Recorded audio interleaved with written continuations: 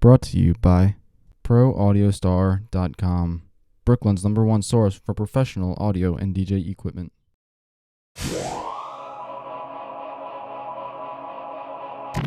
Hi, welcome to WorkingManStudios. My name is Carl, and this is Mic Check, where we review some of the latest and greatest microphones out there.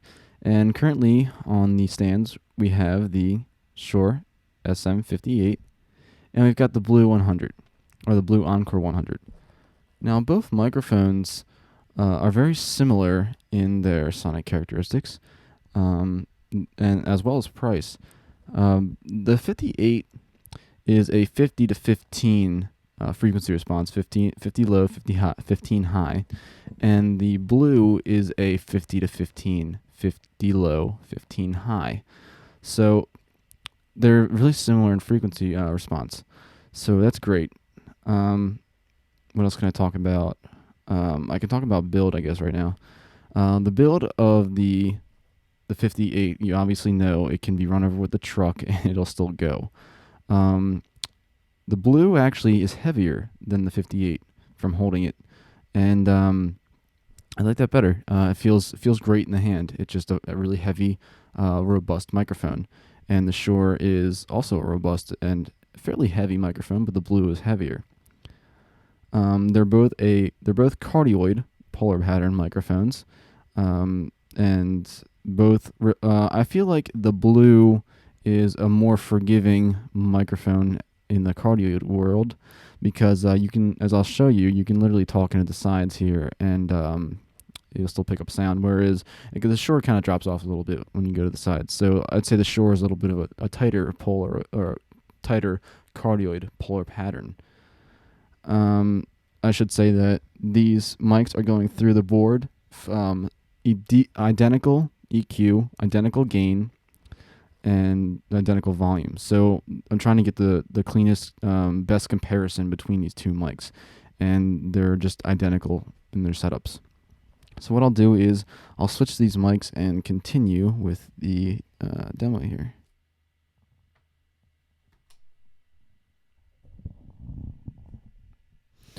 Now here's the 58, and the 58, as you can tell, a little bit muddy in the lower mid section, and just it's still a great sounding microphone. For the price of $99, you get a great microphone. You really do. The Blue, for an addition, or not an additional, but an equal amount of $99, I feel like you get more of a better value. You obviously can tell from the video here that the Blue looks amazing. It's got this shiny chrome grill. It's got this shiny chrome band with some laser etching in it, and it's got this semi metallic, kind of grayish, slate gray, I guess you'd call it, body here. And the Shure, obviously, the grills aren't very, they don't hold up too well. If you drop it from like 3 feet, you're gonna dent it. And it's like a flat black almost. Both grills are replaceable, obviously, so that's not too bad. The 58, to my ears, has a hotter output, and compared to the Blue, which if I switch over, you can definitely tell that the Blue has less of an output. You also have to be pretty close to the Blue for it to get a good sound. The good thing is, if you back off the Blue a little bit, you don't really increase too much in bass. So the proximity effect is nice, whether you're really close to it or really nice. So you don't get that really big bass boom sound like you would with the 58. If I back off it and then get right up on it, you can definitely hear that increase in bass and volume. Where the Blue kind of just sounds like more of a slight increase in bass, but definitely more volume as you get closer. I already talked about the build. The accessories that come with these mics, obviously you get a clip with each, and you get, with the Shure, you get this little fake leather bag, and it's kind of nice. But with the Blue, you get a nice little canvas bag, and it's got some felt inside it, and it's really nice. It's great. It actually kind of cleans the microphone as you stick it in there, and it's great. Like I said, the polar pattern is kind of tighter on the Shure. As I drop down to the side here, you can't hear me as well, but you can kind of hear me.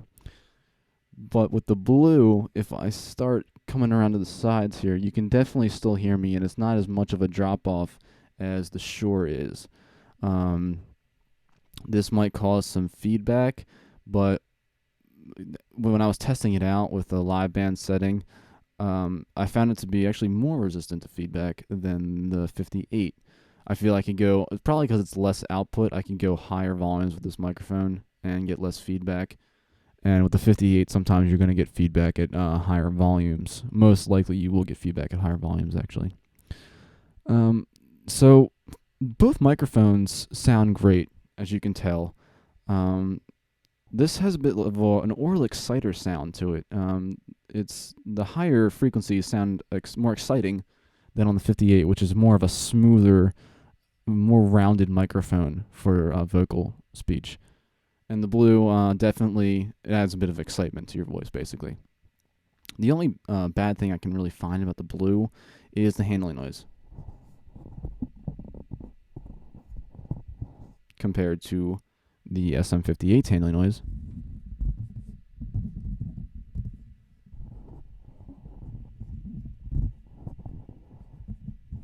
The 58's handling noise is a little bit deeper, more hollow, I guess you'd say. In the 58's, it's a higher pitched and it's more audible.